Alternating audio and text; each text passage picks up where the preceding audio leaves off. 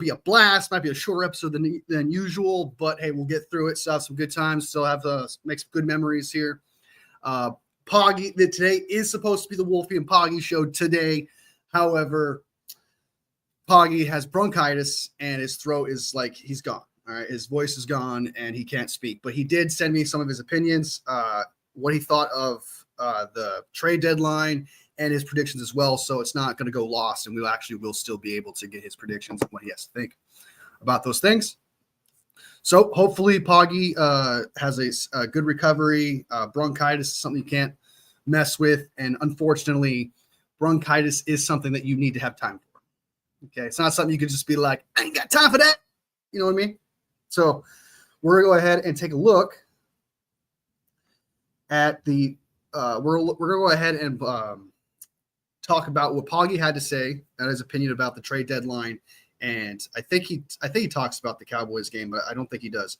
But he does talk about what he thought about the trade deadline and what it means for the future, especially what this Bucs game means for the 49ers. And he also gave me his picks. So we'll go ahead and just take a look at that as well. Papa J in the house. It's the Wolfie and Wolfie show today. It's the Wolfie and Wolfie show today. What's his name? Poggy's got bronchitis right now, so he's fucked up. He actually truly has got bronchitis. He's you know. All right, Val in the house. Hi, she says, and you know what? I am high. Thank you for asking. Get it? Because you said you're high. You said hi. No. Hope you get better soon, Poggy. Prayers out to you, my friend. No doubt. I'll let him know. Because if he was watching the show, he could probably just be in the comments, just typing away. But you know, he's the kind of guy that has to like physically be doing stuff. So probably right now, if I had to guess, Poggy is a person. He's not going to sit around and watch lives. That's not the type of person he is. He's probably like cleaning his backyard or doing some random shit right now. So he's got Scott Lucas Jr. in the house. Haven't seen you forever, man. Welcome back. What up, Wolf Dog? He says, no doubt. I've been called Wolf Dog in a while. Papa J showing the love. I like seeing that. I got bronchitis. Ain't nobody got that. I know I'm gonna say that till like I'm 80 and have like dementia or Alzheimer's, and suddenly I'm just gonna be walking around like the facility being like, I ain't got time for that. It's probably one of the most viral things that's stuck with me like my entire life. So, bro, does not affect your fingers typing, in my opinion. It doesn't. I told him, I was like, hey, go ahead and you can type your comments, stuff like that, and people still love to talk to you. And he's like, no, I have to go do stuff. So he's going to do bronchitis and like do other things. So hopefully he doesn't I don't know. Can you give someone else bronchitis? I could be tripping. I sound like a dumbass asking that, but if so, I hope he's not around people, but I don't think you can. I think it's just inflation of, yeah. All right. Enough with the bronchitis. We know what's happened with Poggy. Let's go ahead and jump straight into the injuries real quick, get that out of the way, and then we'll talk about what Poggy had to say about the trade deadline and what he thinks of the situation. And I'll love to hear what you guys think of his opinion as well. So we'll go ahead and jump into that. Injury report. Bringing it up. Present. Share screen. Okay. Injury report. Click that. There we go. And boom. Industry yard and boom. All right. It's kind of a process bringing up these pages sometimes. But the thing is, I remember. And that's the most important part, is that I remember. Okay. All right. And it is a long fucking list, by the way. I don't mean to curse, but I just want to really emphasize just how freaking huge this freaking injury list is. It is huge. There are 17 players on this injury report. I have to scroll down. Then you go down to Bucs. They have issues too, but they don't have nearly as much as us, man. Oh my God. Ugh. And I'm going to dog outside. Bring it. Be right back.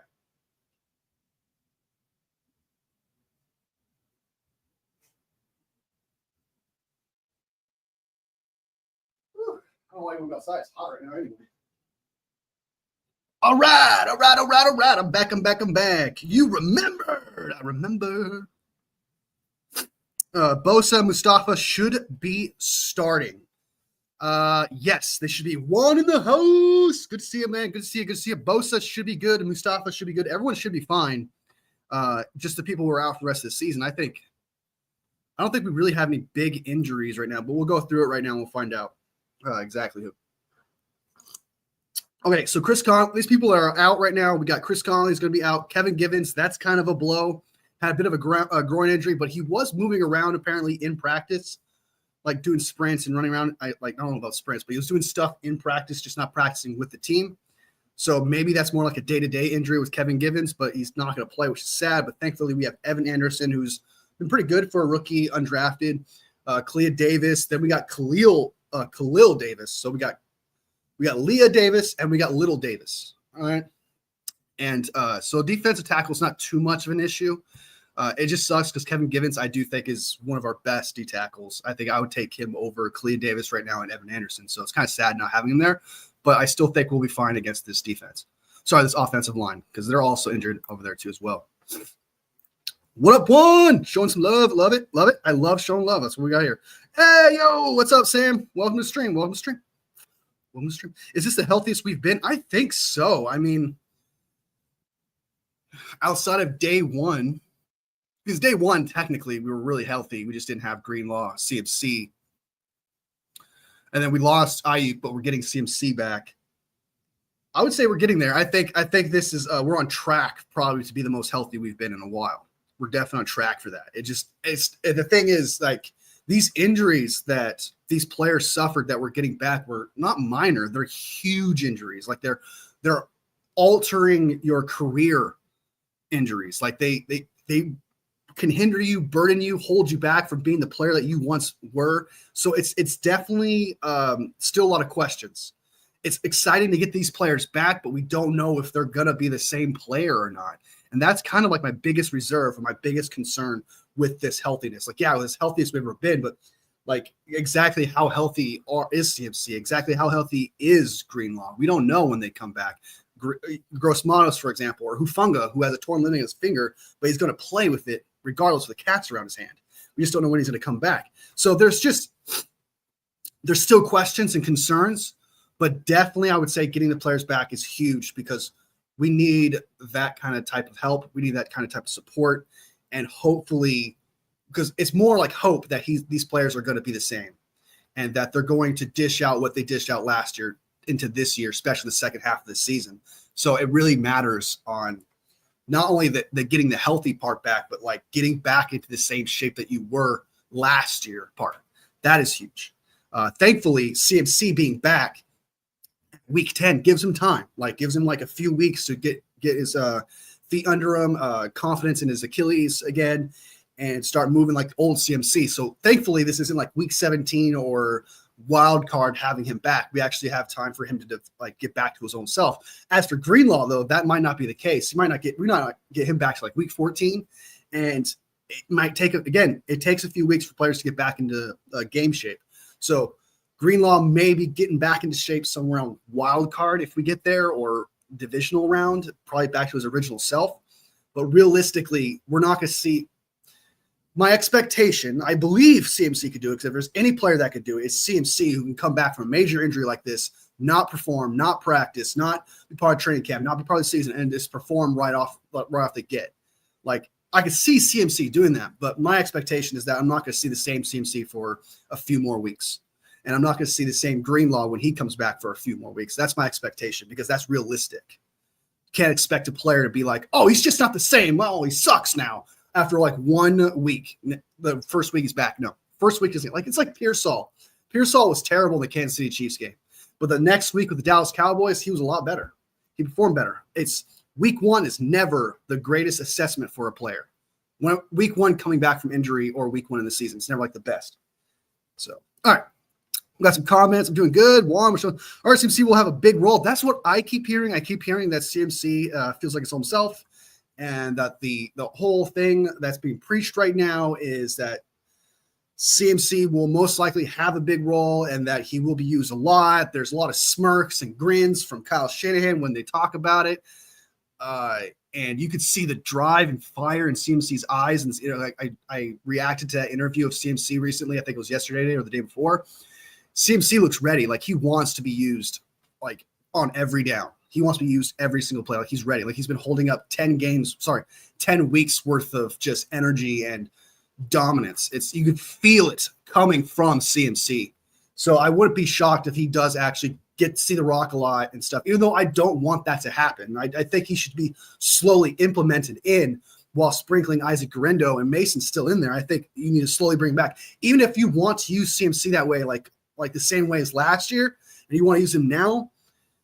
I don't think that's smart, just because like he needs time to get feet from under him, and he could lose confidence. I mean, like, what if he's not the same player and he loses confidence and he second guesses himself? That could be an issue. He could fumble easier because he's not used to getting hit and ramble around. He's probably not going to see the holes the same because he's not used to the game speed. There are so many things that it would be best for him to take some snaps, just some. Maybe just in the red zone, for example, like from like the 1 to the 80-yard line, Guerrero and Mason, because they're fantastic in that area. But once we get in the red zone, let's use CMC since he'll be a threat. People are scared to see him. But I don't think it's going to happen. I do agree that he's going to see a lot of action. I think we're going to see a lot of CMC. And hopefully my expectation is wrong and that he hits the ground running and he's still this awesome player. I still hope that's the case, but yeah. Is Ayuk at wide 2 or did Juwan take wide 2? He deserves it. Ayuk tore his Achilles. Not Achilles, but he tore his ACL and MCL. He's out for the season. Don't run into him in the ground, please. That's why I don't want that either, dude. Like, what's the bright side of this? Like, so we all know Kyle's going to want to use CMC like crazy, especially when CMC reinforces that obsession that Kyle has by constantly using great players like all the time, as if they have infinite stamina and they can never get hurt, So, yeah, I just think that CMC needs to not do that. Like, there's just so much. Like, it's almost as if he's thinking, okay, from week 10 to the Super Bowl would be like week 20, I think. I think it's week 21 now. I could be wrong. But from like week 10 to week 20, that is only 10 weeks of football. So Kyle's probably going to get like a devious thing in his I got CMC for the max of 10 games. That means I can use him consistently all of the rest of the year, just pound him to the ground because I can, because he's going to have that energy. And that's what I fear, is that he's going to get pushed a little too hard and something bad is going to happen just because Kyle is so hungry to use every best player like on every single down and not conservatively using these players, especially when they're coming right off of injury. So there's a bit of concern I have from Kyle's standpoint of like, is he just going to keep using his best players until they like literally just die over from hyperventilating or heart explodes or some shit? Like, he would do that if there was, well, I guess every team would, but like Kyle's wish is that every player that he has, their stamina was at 100, they could never run out, and that their injuries return off. That's how Kyle Shanahan plays to CMC. Juan should be wide receiver 1, in my opinion. If you want to talk about Juan and Ayuk when they were on the field at once, you could argue that, yeah, Ayuk last year got a lot of targets, more so than Juan. Brock Purdy trusted Juan significantly more, put a lot more faith in Juan on third downs, especially in that Super Bowl. Like even Kyle was like, let's throw Juan out there and try and make him a Super Bowl MVP. That was the plan. That's what it seemed like to me. It was kind of working. It was working there for a minute. But yeah, you could argue that Juan was actually the number 1 wide receiver because we went to him in desperate situations consistently all the time. As for Ayuk, he caught balls like on first down, second down. So yeah, he caught balls on third down and fourth downs before, but the consistency of Juan and the consistency of Brock throwing to Juan in clutch moments is way, way more than Ayuk, which is crazy because Ayuk gets more targets. He gets more looks. So it's kind of crazy to say that. So you could argue that Juan is the number 1 wide receiver, especially this year. He's definitely the number 1 wide receiver this year, with Ayuk even being there. Like, it was just day and night, the difference. CMC is back, baby. I hope so. Yeah, I don't think CMC is going to be the same for at least this season. Yeah, I mean, you have to give, like, you want him to be the same, but you have to be realistic. The dude is coming off bilateral Achilles tendonitis, which is huge. That is huge. I don't know if you guys ever had like tendonitis, not tendonitis, but like, what's the word I'm looking for? I can't think of the word. But just like itis anywhere else, like inflammation anywhere else on your body. Like sometimes I get on like on my thumbs and I have to stop typing because my thumbs get hurt and it hurts. The irritation is insane.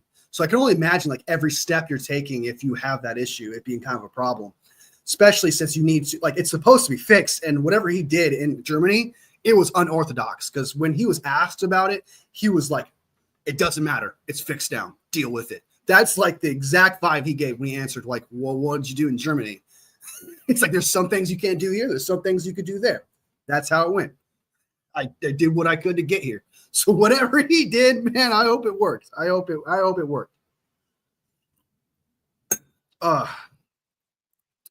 it works. I agree, Wolf. There's no way that we're in football shape right now, but CMC will be running 100% as soon as his feet hit the ground. Agreed. He's probably gonna hit him, push himself like super hard and just hit the ground running and not even think about his Achilles, because that's really what he is. Like, he doesn't even think about his body really. He thinks about his body in the sense of like recovery, because he takes it seriously because it keeps him on the field. But the moment he touches that field, he's not thinking about his body. He's thinking about, how can I hit the hole? How can I make the big play? How can I sacrifice my body to make the big play? That is CMC. So 100% agree with that. I hope they don't run him to the ground, but don't forget we have Mason. Yes, 100%. I can see JJ being wide receiver, Debo wide receiver 2, and Pearsall being wide receiver 3. That's definitely how it is right now, for sure. I would say that too, for sure. Number, make Papa J and Sam Ahmad. I'll probably make Papa J Ahmad for sure. No offense to Sam. Matthew, thanks for the vote of confidence. I second that, Matthew. Okay, we'll have to run an election for Ahmad. I think Sam blocked me because I don't see him on the channel. Let's have it. Well, if it means anything, he hasn't said anything in a while. So I think the last thing he said was, yeah, I don't think CMC is going to be the same for at least this season. I was worried when Bosa was on that injury report, the front seven and just Bosa is just Bosa and Warner. Yeah, I could see that. I can see, like, there's no really like huge big name. There's nothing like popping out to you on the linebacker and D-line for sure. Like Malik Collins is not bad. I mean, Hargrave got hurt. So you're not wrong. You know, I truly was not concerned about Bosa this week. I thought he was fine. The vibes about him playing were positive. I think he was all limited this week, right? Yeah, he was just limited this week. So I wasn't concerned that he was going to play. I'm pretty sure he was going to play. I was confident in that. So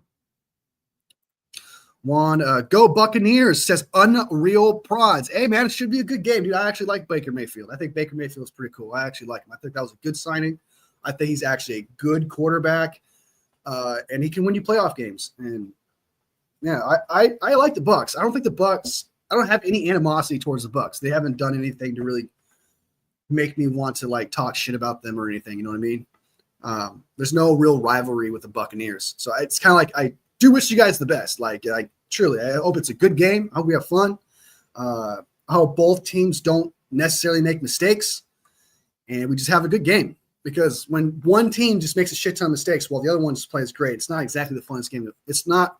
One fan base is going to come out of that game feeling like shit, while one fan base is coming out feeling like fantastic. So if one of us loses, I hope it's because like, oh, we did our best and they just outperformed us. It was just how it is. I hope that's the case. All right, Papa, I haven't in like a week. Yes, Bosa, Debo, CMC, Moody are back. I saw they are. Steve C's back. Debo is back. Bosa, he had that one little injury, but he'll be fine. Injury will be fine. And Moody, Kyle Shanahan was shocked that Moody came back. Actually, I think I in one of his interviews this week, talking about Moody coming back, he said that he was shocked. He's like, I don't know exactly what it takes for your ankle to kick or anything like that. He talked like, I don't know enough about that. But if he says that his high spring is fine and he's good to go and he can kick through 4 weeks, even Kyle was shocked. He was like, I expected him to be out longer. So it's good to see that Moody can heal quickly and that whatever is happening with his ankle, it doesn't affect his kicking ability. That's what I care about the most because it was on his kicking leg. So if you're making contact hard with a football, I can imagine that push, it's going to hurt his ankle if he's still hurting. So. If I do that to Papa J, it was on accident. Trust me, he's good company. He's good company. He's good. Yeah, Papa J's got good vibes, man. He's always got good vibes. Baker could bake today. I'm a little concerned about that. Our defense will not take him seriously enough. The defense needs to take everything seriously every single game from here on out. Like, I mean, from offense, defense, and special teams. So if they're not taking this game seriously, if they're not taking Baker seriously, especially considering what he did against Kansas City Chiefs without his weapons, they're still not afraid to throw the ball, even without Mike Evans, even without Chris Godwin. Baker Mayfield's not afraid to throw the ball. Sometimes Baker makes mistakes. Like I've noticed, like some boneheaded, like that guy was not open. Like sometimes you'll see, I think it was against the Ravens, where he threw a ball into the end zone and it was right at the defender. Like it wasn't a 50-50 ball where the other guy could have got it. It wasn't like a little bit to the right. So like maybe the wide receiver could adjust to it. There was nothing like that. It was directly in the chest of a Baltimore Raven. Sometimes Baker Mayfield does that. So it's possible he could bake today. It's possible that we're not going to take him seriously, but he can make big plays. He's capable of making big plays. We just got to take him seriously, and from first quarter to fourth quarter. I'm a little concerned on field goals, but at least Moody can kick in the end zone. That's what I'm thinking too. Like at least Moody can kick in the end zone, because sometimes I think Carlson and Matthew Wright could not kick it into the end zone to save their lives. Man, that was brutal. We need a guy who can just kick in the end zone and not allow any kick returns, because I still think that teams are trying to figure out this kick return thing. It's brand new, and I still think that people are trying to scheme it up right. And there's been some success, but it does seem, how do I put this, amateur sometimes when you see them out there and they kind of like you don't see the cohesion, if that makes sense. It looks weird. And I don't know if it's because I'm so used to the other kickoff return that this just looks weird to me, but it looks like teams are still trying to figure out how to best attack this new kick return. And I think in that meantime, we need somebody who can kick it into the end zone consistently. So just how Kyler wasn't treated seriously. Yeah, towards the end there, he was not treated seriously. And he made clutch plays, man. That I think it was like 4th and 5, I think it was, to Marvin Harrison Jr., where he was getting tackled, fell back and threw it. That was an incredible play. There's nothing you can really do about that. It was a great call. The blitz was perfect. It was just Kyler falling back and just throwing it in the air. And then Marvin Harrison Jr. just coming down with it. It's before I get into like the trade deadline stuff and things, it's we have the players, we have the coaching staff to make it to the playoffs and be better than we are right now. We have those players. I mean, quite literally almost exactly the same players, if not better players than last year, supposedly. And we would be 6-2 right now if our but our team didn't choke leads to the divisional rivals, right? Like, we're not doing this to Kansas City Chiefs was expected. Minnesota Vikings, that was expected to be a battle too as well. It's just those two rivalry games we are taking so personal. We're taking the Rams game personal. We're taking the Cardinals game personal. Because outside of that, for the most part, we've been winning games and we've been dominating some of those games. Has it been consistently good from first to fourth quarter? No. But divisional games, I feel like we need to be a little bit more open-minded to the fact that those are just different schemes. Those are different approaches that other teams take. Like for example, Ravens and Steelers. Ravens will dominate the best team in the NFL, and the moment they face the Steelers, they'll struggle. Right? But it doesn't mean that Ravens are bad. It's just because they're facing divisional rivals, and divisional rivals games are not the same.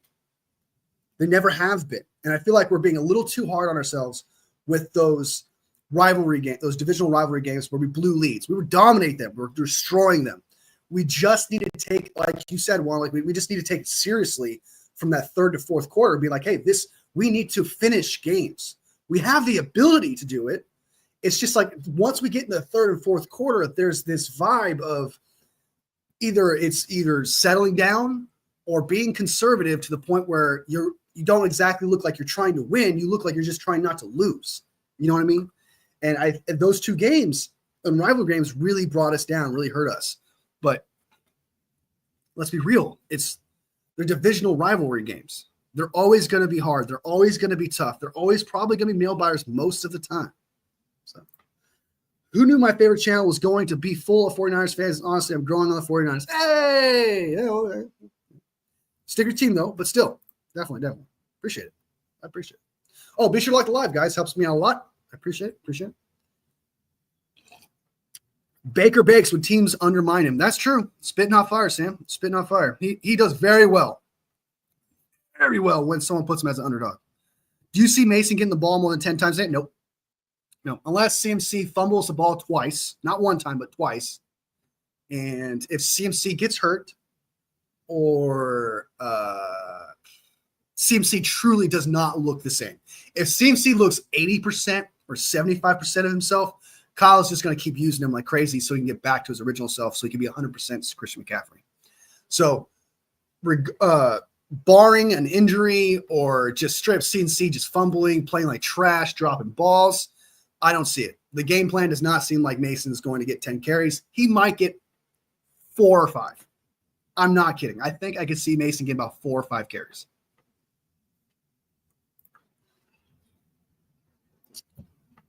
Does Brock throw more than 200 yards today? Yes. Yes, he does. This passing defense is not very good for the Bucs. They're 30th in the 30th in passing defense right now. And even though Brock Purdy doesn't have Ayuk, right? And even prior to his injury, technically didn't have Ayuk because he wasn't the same player. Brock is still out there slinging it, throwing 200 plus yards, still believing in his rookie wide receivers. He's still throwing the ball a lot still, regardless of the disappointment in Ayuk and us having to use rookies and Juan being out. Brock is still slinging it. And I think I still think against the 30th ranked passing defense, the 49ers are going to pass it a lot more than running it for sure. And maybe even try to get CMC a lot more involved in that passing game. But I definitely see the 49ers passing a lot in this game. Bye, Wolfie. Going to watch a few games. And Brock hasn't thrown less than 200 yards in a game, I think he's like one game under 200. I think he's got one, and I don't remember which one it was, but I think he's got one. I think it's the Cardinals game. I think the Cardinals game he didn't throw. He didn't play very good in the Cardinals game. If you go looking back at the stats, he did not play very good. But take care, Sam. Good to see you, man. Good to see you. Hey, enjoy your games, man. Enjoy your games. Bang, bang, Niner gang. Bang, bang, Niner gang. You gotta say it like that. Bang, bang. Bang, bang. I don't know why I like doing that. I think what makes the whole bang, bang, Niner thing, gang thing so cool is that not only does it rhyme, it's just, I just like saying bang, bang. I like that. Oh, yeah, Sam, no doubt. This season he has no games under 200. 300 more or less. I'll say less than 300. 300 is a bit much. This season he has no games under 200? Really? I could have sworn. Let's double check. Let's double check that. Let's find out. I think he's thrown under stats. Okay. Oh no, he hasn't. Oh shit. Oh wow. That's actually impressive. Yeah, the least amount of yards he's thrown is 212, and that was against the Chiefs. His passer rating was atrocious, though. Holy crap. He had 36.7 passer rating against the Chiefs, dude. 3 interceptions. Brutal. Cardinals, he had 62.1. So those are his 2 worst games were against the Cardinals and Chiefs. I think that's what I think. I think it's going to be somewhere between 300 and 250. That's kind of how I see it. Could he do 300? Very possible. I mean, it just depends upon how well he's connecting with Pearsall and Cowling and the rest of the wide receivers after the bye week. That really matters, especially against his passing defense that's not doing so well. I do see Baker throwing 1 or 2 picks. Man, I don't want to say for certain 300, but I'm confident. I almost would bet the house that he's going to throw over 200 yards. As for 300, it's possible, but I'm not confident. If he throws to CMC a lot, yeah, one. I thought he had one for 195 yards. According to this, I'm looking at the stats here. The one was against the Chiefs was 212. That's the least amount of yards he's thrown in the game this season. It's 212, which is pretty good because I could have sworn there was a week where a bunch of quarterbacks were like throwing for under 200. It was like some of the worst quarterback we played for the first 2 weeks, 3 weeks, or something like that. And I could have sworn Brock was in one of those, but I guess not because I'm looking at his stats right now, and he's been slinging it. He's been slinging it. He's been doing his thing. All right, so let's get these injuries real quick because we diverged and start talking about other cool stuff. But let me get through these injuries real quick. All right, so Kevin Gibbons not going to be there. Charvarius Ward, obviously, daughter is going to be out. Rest in peace. I wish him the best. That's sad. Trent Williams, resting player, makes sense, Nick Bosa, a lot of people were concerned that Bosa wasn't going to play. I personally wasn't. It didn't seem like he was going to, be out. It didn't seem like the vibe was, okay, we got to prepare ourselves for Leonard Floyd and Beal Jr. Like, I didn't see any like that talk because usually when you watch interviews or something like that of like Kyle Shanahan or other players, usually you get a vibe or you'll get like certain signals in their word salad that tells you, hey, a player's probably not going to play sometimes. And throughout all the word salad and everything I heard from Kyle Shanahan, John Lynch, and the players in the locker room, it didn't sound like Bosa wasn't going to play. So sometimes you just got to pay attention to those nuances when people speak. Like sometimes there's like these little hints that you get. And it's like they're not telling you anything, but at the same time, they're telling you something. John Feliciano is out, obviously, but he's probably going to be back next week along with Gross Matos. They're probably both going to come out of IR next week, if not the week after that. But I'm confident they're going to come back just fine. Feliciano, I'm excited about. I just don't know. He's older. I believe he's like 33 or something like that. He's an older guy. And I don't know if he's going to be the same player, but if he's the same guard/center that he was last year, that would be fantastic. This team could definitely use it. I don't remember who it was, but someone was very banging the table for Feliciano to be the center. And I'm not against that. I really not. But my concern, just like with CMC and the rest of these players coming back, are they going to be the same? Are they going to like come back in a few weeks? Right? Because even Feliciano deserves some time back. So he's probably not going to look good week 1, week 2, week 3, whatever, right? He needs time to get back. So it just depends. Like, can he get back to form? Can he be the same player? Is he a good guard? Can he do it? Can he do those things? And that's my biggest concern. I would love for it if he turns out to be the old Feliciano from last year, 100% put him at center. Okay, put him at left guard because Banks has not been doing very well. You took Gross Matos.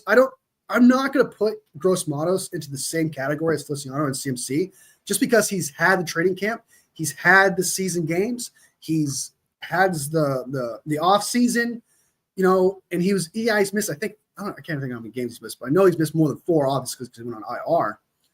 But like maybe a bad game from Utero will be fine, but I do expect him to contribute because he was my underrated signing of the year. I thought he was going to do a lot better, but apparently he was dealing with a knee injury before his IR situation. So hopefully his knee is fine and he can hit the ground running and prove to be that player that I truly believe in. I truly thought Gross Matos was going to be like not second coming of D Ford, but I thought that he'd probably be a lot better pass rusher than people give him credit for. And we'll see how that goes. But definitely throughout the year so far, maybe deal with a knee injury. He's not playing. He did not play very well.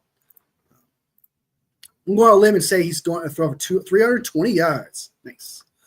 49ers be in the house. Good to see you, man. Good to see you. I should have hit you up. I should have been like, hey, Poggy's not in tonight. I need a co-host. You want to join? I should have done that. I got bronchitis. Ain't nobody got time for that. All right. That's a lot. I don't know about that. 49ers media, 320 is a lot. Vita Vea could use some trouble depending on who he's matched with. Yeah, that's what I thought so too. Especially against Brendel. That's my biggest concern. Pooney's probably going to have about Brendel a little bit. We're probably not going to run up the middle very much. Maybe Kyle's going to be like, okay, let's exhaust Vita Vea a little bit, so let's run up the middle a few times. That's the only thing I can think of, like why we run up the middle, because you want to exhaust those players, obviously. But for the most part, try to avoid him. I mean, unless your plan is to exhaust him and being like, okay, he's a big guy, he's gonna get tired probably, in the second half of the game, which I don't think he will because the dude's a stud. He's probably one of the best D tackles in the league. So I would want them to avoid the middle, and I feel like that shouldn't be hard either because this offense is outside zone run, right? Most of the time. So I will get a little bit bothered if we start running up the middle a lot because that would be out of character. Not only that, it would be dumb. It would be like almost trying to do something different for the sake of doing something different. That's what I fear in that situation. But we'll see. This is an outside zone run scheme, so it should work out. Other than CMC, who are you excited to see this game? Pearsall, 110%. Pearsall. I want to see the Brock Purdy, Ricky Pearsall experiment to flourish. I want it to be fantastic. I want to see Pearsall have 100 yards, 10 catches, 2 touchdowns. That's what I want to see. I want to see that Pearsall and Brock Purdy connection. That's definitely what I want to see. 110%. That's what I'm excited to see. I already know what Juan can do. I already know what Kittle can do. I know what Debo can do already. But excitement to see something I haven't seen yet would definitely be Pearsall. So CMC is up there because I really want to know if he's the same player. Can he hit the ground running? We'll find out. But I definitely got Pearsall as my other player I'm excited to see. I had Gross Matos break. He looks good, man. He looks like a stud. He can play inside and outside, especially for this pass rushing D line. You think that he would fit perfectly well. He's kind of like who we thought Solomon Thomas was going to be, playing inside and outside. We kind of are putting that workload on a Gross Matos. And I actually thought that Gross Matos would work. I thought he would actually be able to do that role that Solomon Thomas failed to do. But yeah, he still has chance. He still has an opportunity to break out. Realistically, he was dealing with a knee injury, and a knee injury is pretty freaking important when you're a pass rusher. Okay, you're getting off on your legs, right? You're getting off on your knees, like you're going. So maybe that slowed him down a bit. Maybe that held him back a little bit from actually performing because he was injured. He played like first 4 games or something like that. So maybe his knee injury is fine. He's good. And he can hit the ground running too, hopefully. I'm not going to give up and say that, okay, I was wrong just yet. We'll find out in later weeks when he comes back. Sorry I've been alive too much, just taking a break from streaming because finishing up school. No, you're good, man. You're good. You're good. It's always good to see you, man. I'm glad you're here. Always love to have you here, man. Good vibes, good guy. Burning school is very important. Can't wait to see you again live, though. No doubt. We should do a live soon. I was actually going to email you, I think, yesterday because I was still waiting for Poggy to tell me if he can't go or not. And I thought about hitting you up, but then I was like, maybe he'll feel better tomorrow and we'll see. But he texted me at 7 o'clock in the morning, and then I didn't think about it. I was just thinking about, doing the show by myself. 49ers, I agree. Gross Matos is who I'm looking forward to. When do Greenlaw and Gross Matos come back? I think they come back. Gross Matos is supposed to come back either next week or the week after. Greenlaw, I heard, was supposed to be a few weeks after Christian McCaffrey. So a few weeks, 3. So either week 13 or week 14 is when Greenlaw should come back. And you got to give him a 4 game grace. So he might be back into form by the time we hit a wild card, maybe. Hopefully. All right, let's finish the rest of these injuries real quick. Juwan Jennings is coming back. Clutchness, we need him back. Brock Purdy needs a guy you can throw to, some guy you can trust, some guy he can throw a 50-50 ball to and think to himself, okay, Juwan's going to catch this. He needs a guy like that, and Juwan Jennings is that guy. Glad to have him. Christian McCaffrey in the house. Christian McCaffrey is back. He's questionable, but he's playing. And even if you didn't know all the drama with CMC like that, if they ever are a full participation in practice, they're playing. If you ever see limited practice, and full participation in practice, or did not practice, full participation in practice, they're playing. I mean, you have no restrictions. So that means you can play. So if you ever see FP, you can count on them playing. Jake Mooney's going to play. Samuel's dealing with a rib and oblique injury, limited practice, but he's supposed to play today. All signs show that he's going to play today. He was in the building today looking like he was going to play. So Debo is good to go. Wisnowski has a back problem, and that kind of makes sense because not lately, but like throughout the year, you notice there was like spurts of like us trying out punters. I don't know if you noticed that, but I noticed that like there was weird, like it wasn't big headlines. It wasn't like thrown in your face because like whatever news, because there wasn't really anything reported about Wisnowski. But now this makes sense. Like this back injury makes sense. It makes sense while we're trying out a bunch of punters randomly, sporadically throughout the year. This makes sense now. But he's fine. Full participation practice. I love Wisnowski. He's one of the best punters in the league. Clutch punts, man. And I know it sounds weird because it's a punter, but punters are important. You know, and they pin a team back at the 1 yard line or behind the 5 yard line. So that's important because them starting at the 5 yard line is way different than starting at the 20 yard line, 30 yard line, or 40 yard line. Punters aren't appreciated enough. I don't think so. Green has an ankle injury, but he has full participation practice all three practices, so he's fine. Jordan Mason in the house. We're not going to see much of him. It's going to be the CMC show. We all know it. You know it. Sadly, I would love to see more Jordan Mason, but I'm just being realistic, knowing Kyle and knowing the scheme and knowing how much this team loves CMC and wanting to see his rise. I'd be pleasantly surprised if we see like more than 5 carries from Jordan Mason, barring an injury or a complete meltdown from CMC. D. Winters is dealing with a concussion, but he's full participation practice, so he'll be fine. Thank God. Concussions are like, in my opinion, and I'm not going to talk about this every time someone has a concussion, don't worry. But in my opinion, concussions are like the worst injury you could possibly have because that's your control center. Your mind is your control center. It is your comfort zone, right? And when you get a concussion, you no longer have that comfort zone anymore. It's gone. Like you overthink things. You get blurred vision. You struggle to understand things. You feel misplaced in the world. You lose your comfort when you have a concussion. Everything becomes confusing. It's the pain that you have in your head at times. It's terrible. Concussions I do not wish on anyone. And hopefully D. Winters is good and it doesn't make him like an irritable, like it doesn't fuck with him. So, and don't worry, again, I'm not going to do this every time someone has a concussion, but I just feel sometimes I have the need to just tell people that because if you ever see someone have a concussion, man, like pay attention, like go get them help, do what you got to do because this is your control center. This is you right here. All right? It's not your Achilles. It's not your knee. It's here.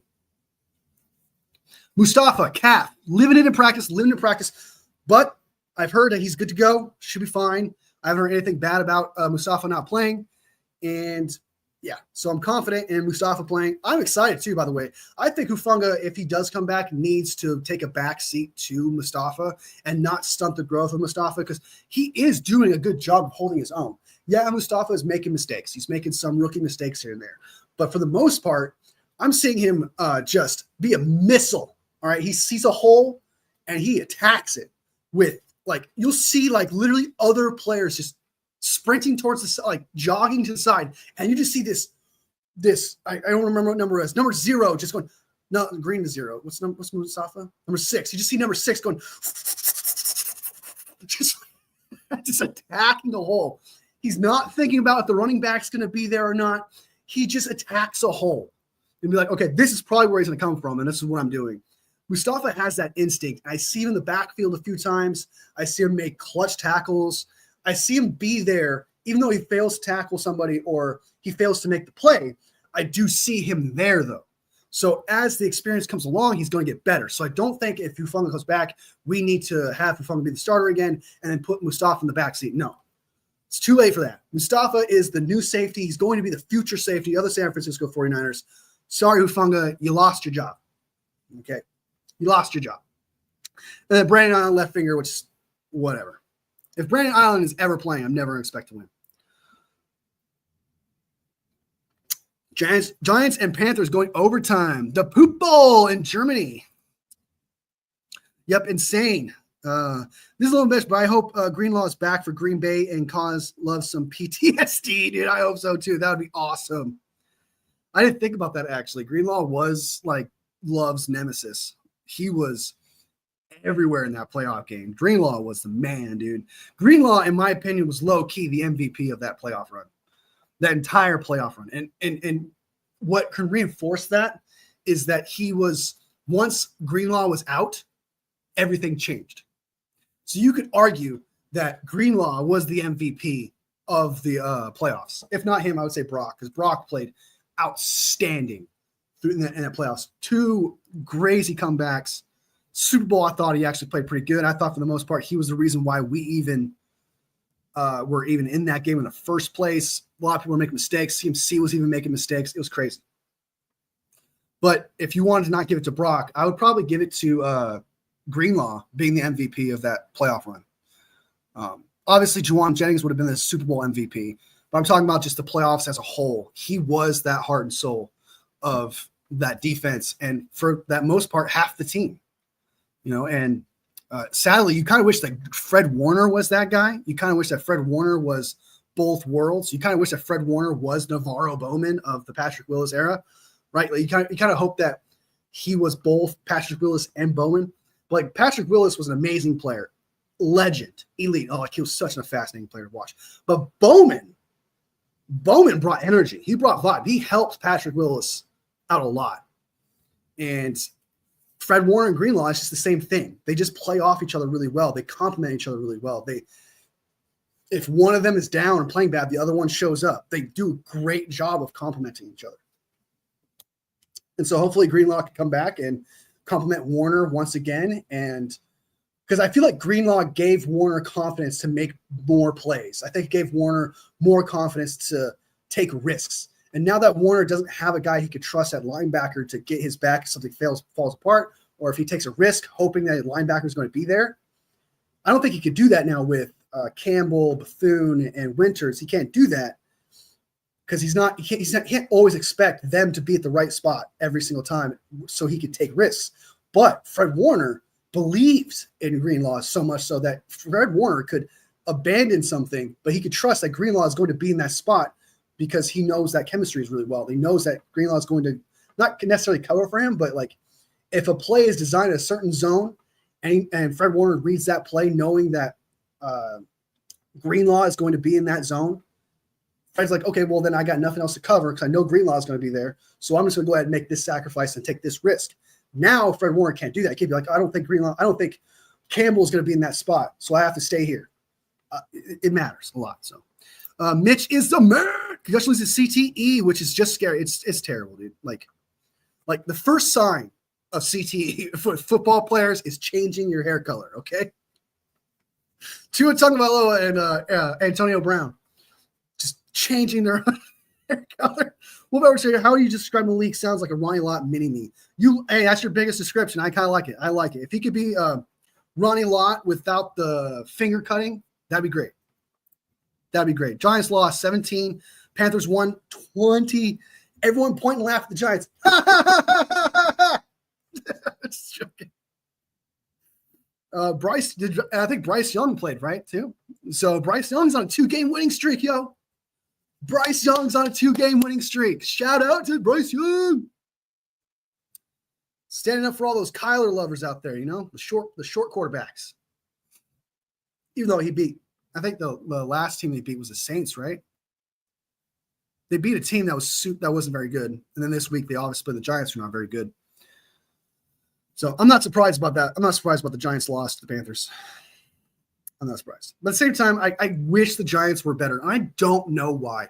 I have a strange love for the Giants, and I do not know why. Like, is it because I do like Brian Daboll as a coach, but I hate Danny Dimes? I liked Saquon Barkley a lot. Maybe it's because I want the Giants to just beat the Cowboys, and I don't know. There's like this weird love I have for the Giants, and I shouldn't have that love for the Giants because they beat us twice in the playoffs. One where it's just like, Kyle Williams, dude, I swear to God, number 10, I just want to I'll never forget that, dude.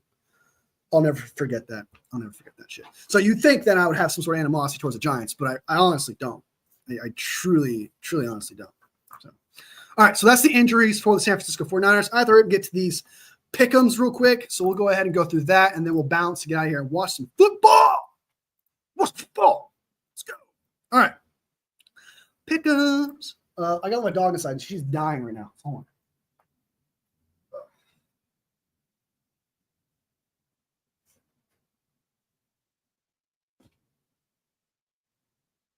All right, back. Oh, be sure to like the live, guys. If you guys haven't liked the live already, I appreciate it. I'd appreciate it if you guys like the live. If you haven't liked the live already.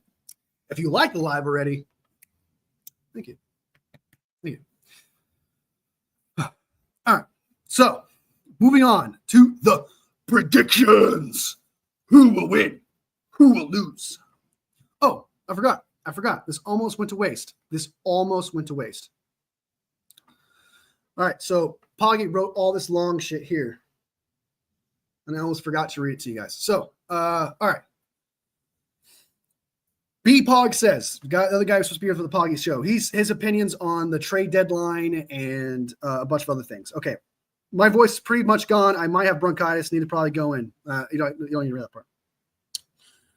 Blah, blah, blah. Feel like shit. I'll be back next week. He says he hopes to be back next week, which I don't think bronchitis sticks around that long. Let me actually check, see how long does bronchitis last? I don't think it lasts that long. The length of bronchitis depends on the type of bronchitis. If it's acute, oh my God, 2 to 3 weeks? And if it's bad, 8 weeks? Oh, oh my God, we might have Poggy on injury reserve, guys. We might have Poggy on injury reserve. Oh, it's a bummer. Okay. All right, so this is what I say. Okay, let's get into my rant. I was hopeful we would be more active in the trade market, but apparently Lynch and Shanahan feel confident in what we have moving forward. My take is that we are getting some pieces back, but they are coming off some pretty bad injuries, and I don't think they will be an immediate impact. I agree with that. CMC can't be expected to go out and get 30 touches this game. The Bucs are a good team and took the Chiefs into overtime. If we lose here, it will not be good. The Cardinals and Rams are winning it at the right time. Looking ahead at the Cardinals' schedule, they have a possibility of going 6-3 over the remaining of their schedule. Rams, I see they could go 6-3 over the remainder of their schedule as well. Looking at the 49ers schedule, we could very well go 6-3. For the 49ers, this makes for a tough road. So as a fan, I'm really worried and was hoping for more activity during the trading period. Davis gave us depth in a position that we already were pretty good at. I kind of agree with that. But I think with Kevin Givens having that weird little injury every now and again, it's kind of nice to have that safety blanket a little bit.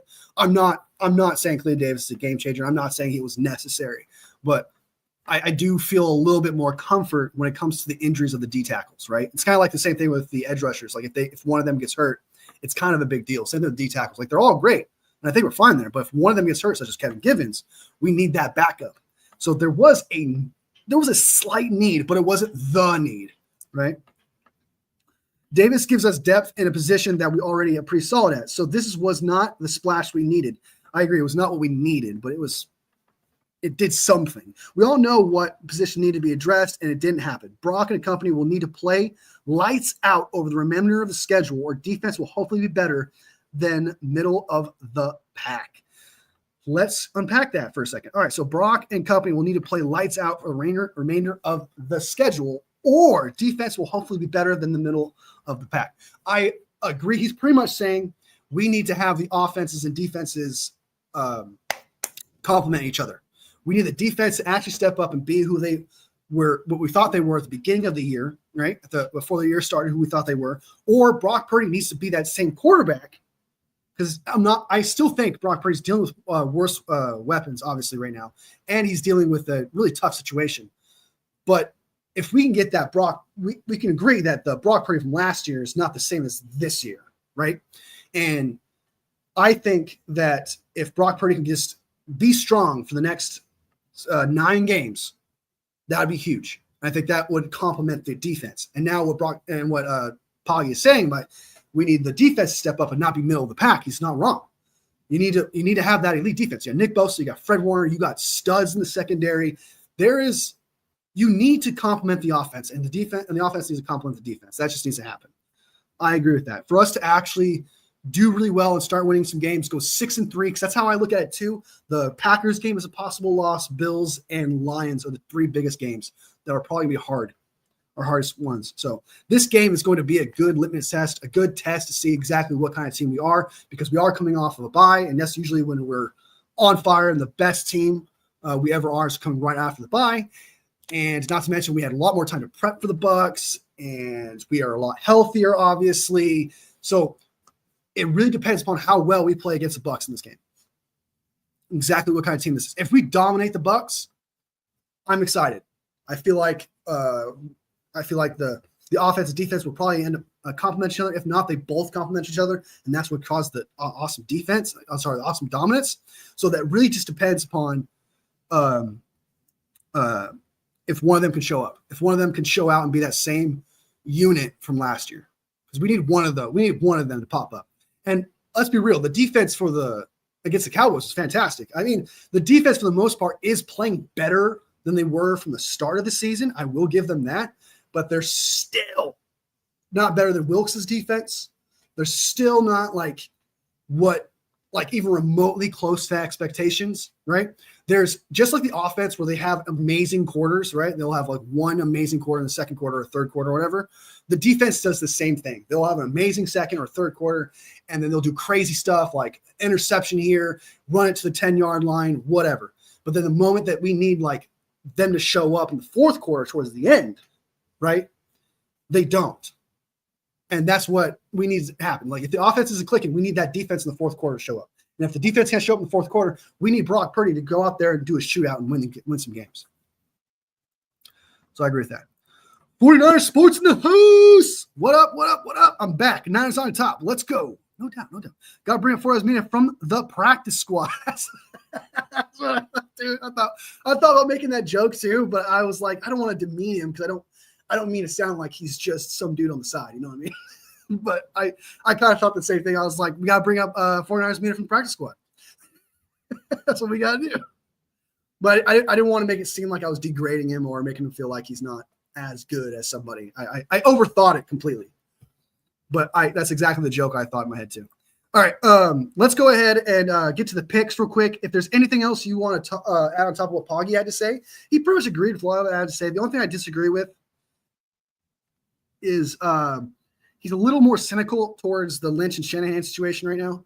And I don't blame him because he's feeling a little bit down. I know some fans are feeling a little bit down about Kyle and Lynch right now. But I'm not going to be as harsh or critical or, try to sound like, what are they doing? And that's what I feel like Poggy's doing. So he's like, I don't understand why they're acting like this and why us not trading for a player and why we didn't do that is crazy and bonkers. And it's like at the same time, it's not exactly crazy because if you want to be realistic, the players on this team are good enough to be a dominant defense, to be a dominant offense. The players realistically are enough. It's just that we had these 2 chokes against division rivals.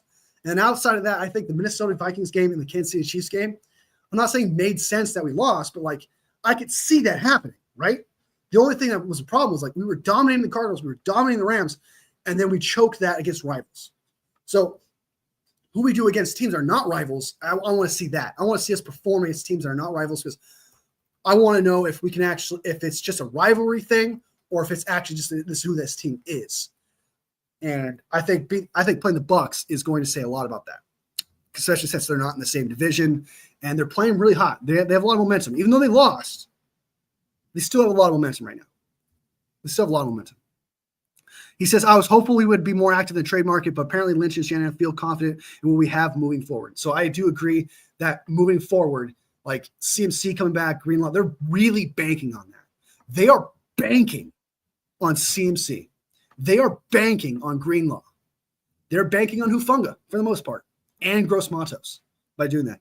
And I do like them trading for Little Davis because we needed that depth because Kevin Gibbs keeps getting hurt. Clea Davis is known for getting hurt. So I do like the trade because we do have injury issues with that D tackle position. But to not address the DN position, to not even to a depth, sense, right? Like not even get a guy who's like Little Davis, but a pass rusher, a D end, that's kind of shocking to me.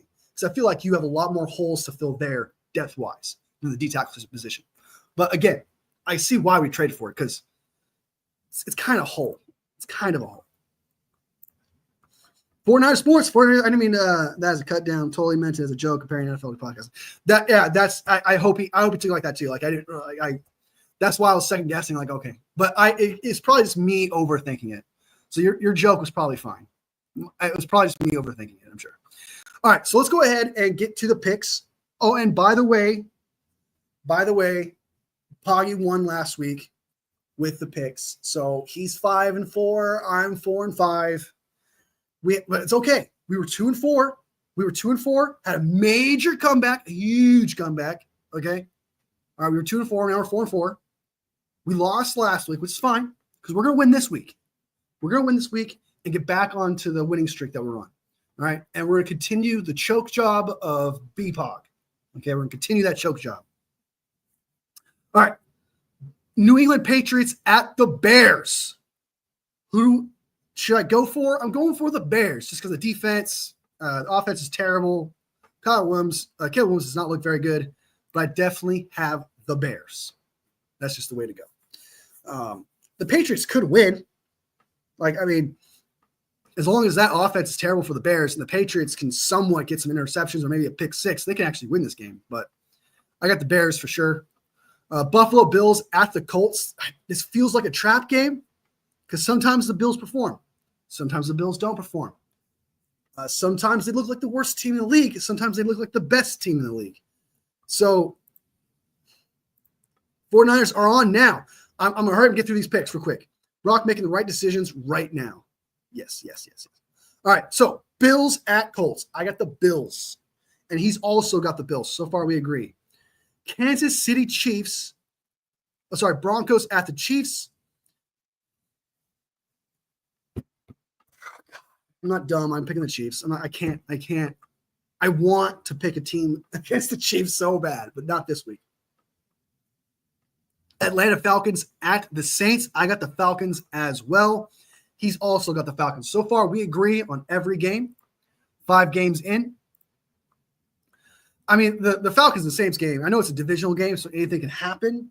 But I just think the Falcons are they're consistently in the middle of the pack where I expect them to consistently play well in this game against a very bad team, if that makes sense. 49ers at Bucs. Obviously, I have the 49ers. BPOG has the 49ers winning 30-28. Our injury report does not help. He's not wrong. Our injury report is pretty freaking bad. We have 17 people on it. But 30-28, and I think the over-under for that game is 50. So he's got more than 50. I'm going to say 24-20. I'm going to say 24-20 49ers under 50. I'm going to take the under. Usually I take the over. But I got a feeling this game's going to be 24-20. I got a 24-20 game. Next up, Steelers at Commanders. I am taking – oh, my God. This is the tough one. And I haven't seen the scores yet. So if someone scored a touchdown already, I don't know. The Steelers having a crazy good defense. The Commanders are hot right now. I want to come back to this one. I'm going to come back to that one. I still understand Kyle's play calling is still early in the game, though. Oh, is he not playing? Is it 3 and out? You got 3 and out going on right now? I got to get through this. All right, Pittsburgh Steelers at Commanders. I'll come back to that in a second. Vikings at Jaguars. I got the Vikings for sure. So far, we agree on every single game. Chargers at Titans. I got the Chargers on this one for sure. Sorry, Titans at Chargers. Eagles at Cowboys. BPOG also has the Eagles. I also have the Eagles. So we agree there. Cards. I like this one. All right, so this might be a game we disagree with. Cards suck even harder for us. Full game behind them. That's what we have to say about the Cardinals game. I mean, yeah, we're a full game behind them. That's not that bad. I mean, we just got to beat them again. Like, we're going to play them again, right? Like, some people think, like, I feel like people are taking the losses to their division rivals a little too personal right now. Like, if you're swept, right, you lose 2, I could see the concern in that, why that's bothersome. But we play the Cardinals again, right? And they're up by 1 game. So I don't think we should be that bummed. Like, it's just too soon to be that bummed about the whole Cardinals being ahead of us thing. We're literally right there with them, right? Like, they could lose this week, right? We could win. For the most part, we're tied. Yeah, but they have the tiebreaker, but we do play them again at some point, right? So, yeah. Jets at Cardinals. I'm going to take the Cardinals here because I just think the Jets are ass. And Poggy's got the Cardinals, so we disagree. That's the one we disagree on is the Cardinals. I don't have my pen with me. Shit. Okay, so Jets at Cardinals. I got the Cardinals on this one. What a great kick from Mitch and Ronnie Bell connection. You got me a concern once he said typed in Ronnie Bell. All right, Cardinals. Detroit Lions at the Texans. Ooh, Lions for sure. Lions are hot right now, dude. They're winning in ways I have never seen before, man. You know, and Texans can, like, for some reason, they have the ability to just pull something on their ass at any moment. But I just think the Lions are just too good. Dolphins at Rams. He's got the Dolphins. Need Rams to lose. They win. We are a game behind them. I don't want to pick division rivals, but I just don't think the Dolphins are they're dealing with problems. They have, like, 2 concussion issues. They're having some, what's the word I'm looking for? They have turmoil. Okay, let's just say that. They have turmoil going on right now. And the Rams are riding high. There's so much momentum. And it's not like they're barely scraping wins. Like, they're showing up, right? Like, they're showing that they can perform. Like, they're not winning 3 to 6 games, right? Like, they're not losing 6 to 9 or winning 6 to 9, right? So I don't want to do this because it puts us in a game back, but I'm going to pick the Rams here to beat the Dolphins. So he's got the Dolphins. I got the Rams. He's got the Jets. I got the Cardinals. Oh, sorry. No, he's got the Cardinals. We both got the Cardinals. Okay, never mind. I take that back. I lied to you guys. I'm sorry. I'm a piece of shit. I lied to you. I'm sorry. Papa J says, I got Baltimore, New York Giants, Chicago, Buffalo, Minnesota, Kansas City, Atlanta, San Francisco. There you go. Washington. I'm leaning towards Washington. LA Chargers. I would have Chargers too. Arizona, Philly, Houston, and Rams. We agree on everything. I think you and I agree on all of them. And I'm going to take the Commanders against the Steelers. I just think that the Steelers have their defense is great. And this defense for the Steelers is the reason why they're ever in games. The defense of the Steelers is the reason why they ever have 20 points. Let's be real. Like, Russell Wilson is not back, people. Okay. Like, you see Russell Wilson make plays here and there, but he's not the same. And that defense is making him look better because it's shorter fields, interceptions, more drives. You know, that defense is carrying, and it's been carrying for 5 or 6 years now. It's been carrying for quite some time. And I just think the Commanders on defense, especially picking up Marshawn Lattimore, who's an absolute stud, by the way, I think that their defense is better than people give him credit for. And I think Jaden Daniels is just absolute stud. He's an MVP candidate, also Rookie of the Year candidate right now. And they also got weapons. Their offense is performing. And it's possible that the Commanders could lose, like, badly, because they have lost. I can't remember what game it was, but they lost badly. It was like 30-something to 14. It was pretty bad. I can't remember what game it was, but they are capable of that. I just don't think the Steelers are capable of scoring 30-plus points at all, unless the defense gets like 3 pick sixes. You know what I mean? So I think the Commanders can score 20-plus points against this defense. So I got the Commanders. All right. He's got, again, just to go through them because I don't have my pen on me right now, but I'll definitely write it down right after this live. He's got the Dolphins. I got the Rams. He's got the Steelers. I got the Commanders. Now, how we're going to fix the tiebreaker, I don't know. We'll have to figure out the tiebreaker situation because I'm not changing my picks to anything because there's nothing else I was on the fence about or, like, even thinking, hey, maybe this can happen. Yeah, I don't see the Jets beating the Cardinals. I definitely have the Dolphins losing. So, yeah, the games we disagree on are just the Rams and the Commanders. And we'll figure out a tiebreaker for that. Niners 31-27. You have the over of the 50. Okay. I don't blame you. I mean, it's definitely going to be like a 20 something game. Like that Bucs are going to score 20. We're going to score 20. It's going to be something like that. So, all right, I'm going to go ahead and go watch the game. This live went a lot longer than I wanted to. Missed some of the game. That's okay. Papa J with the clutch updates. I appreciate that. All right, that is everything. Thank you to everyone who joined the Wolfie and Asterix Poggy show. Because he had bronchitis, and he's got time for that. So, thank you, Papa J, for coming here, man. You're always awesome. OG. Juan, of course, man. You're cool too, man. Appreciate you coming here. 49ers Media. Awesome, dude. Gonna have to bring you up from the practice squad 110%. If it turns out that he does have bronchitis, because it's gonna be a 2 to 3 week injury. So if you want to join for the next Poggy show, you're invited. I'm sure Papa J would love to have you. Love to see you. Hear your opinions. Sam as well. Thank you so much for the support, man. Bang bang Nard gang. Good luck with your squad. What else? Unreal Pods. Good luck with your Bucs, man. Hope it's a good game. Matthew Gaynor. Make Papa J and Sammy a mod. I'm definitely probably going to make Papa J a mod. Who else we got? One. Scott Lacoste Jr. Good to see you, man. That's everybody. Val, too. Good to see you, Val. All right. Warren's making a great stop, forcing a punt. All right, let's go.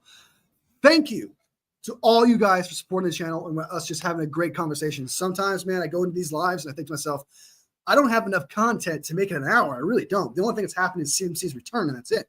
So, but you guys come in here with the clutch, with the conversation, and you guys help make this show literally last an hour. Without you guys, this show lasts like 10 minutes. I'm not even kidding, like 10 to 15 minutes. So thank you guys so much for supporting the channel and just being the OGs and just helping me make my dreams come true of being a content creator for the 49ers. Like, that's just the dream. And you guys are helping making that happen. So thank you so much from the bottom of my heart, truly. And to everybody else who watches this later, when you watch the games, then you come back online, YouTube, and you see like my live, and then you click on it and you watch this and you're not subbed, sub away. I go live all the time.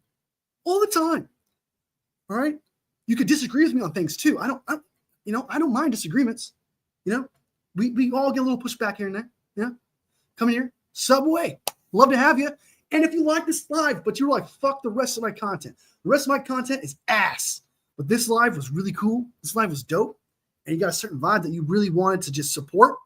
Hit that like button. Every like seriously helps boost this video, helps push it out, and helps me grow. Without you guys, seriously, I truly can't. So without you guys, this channel is nothing. And I cannot express that enough. All love, family. All love. I'll see you next video. Bang, bang, down again.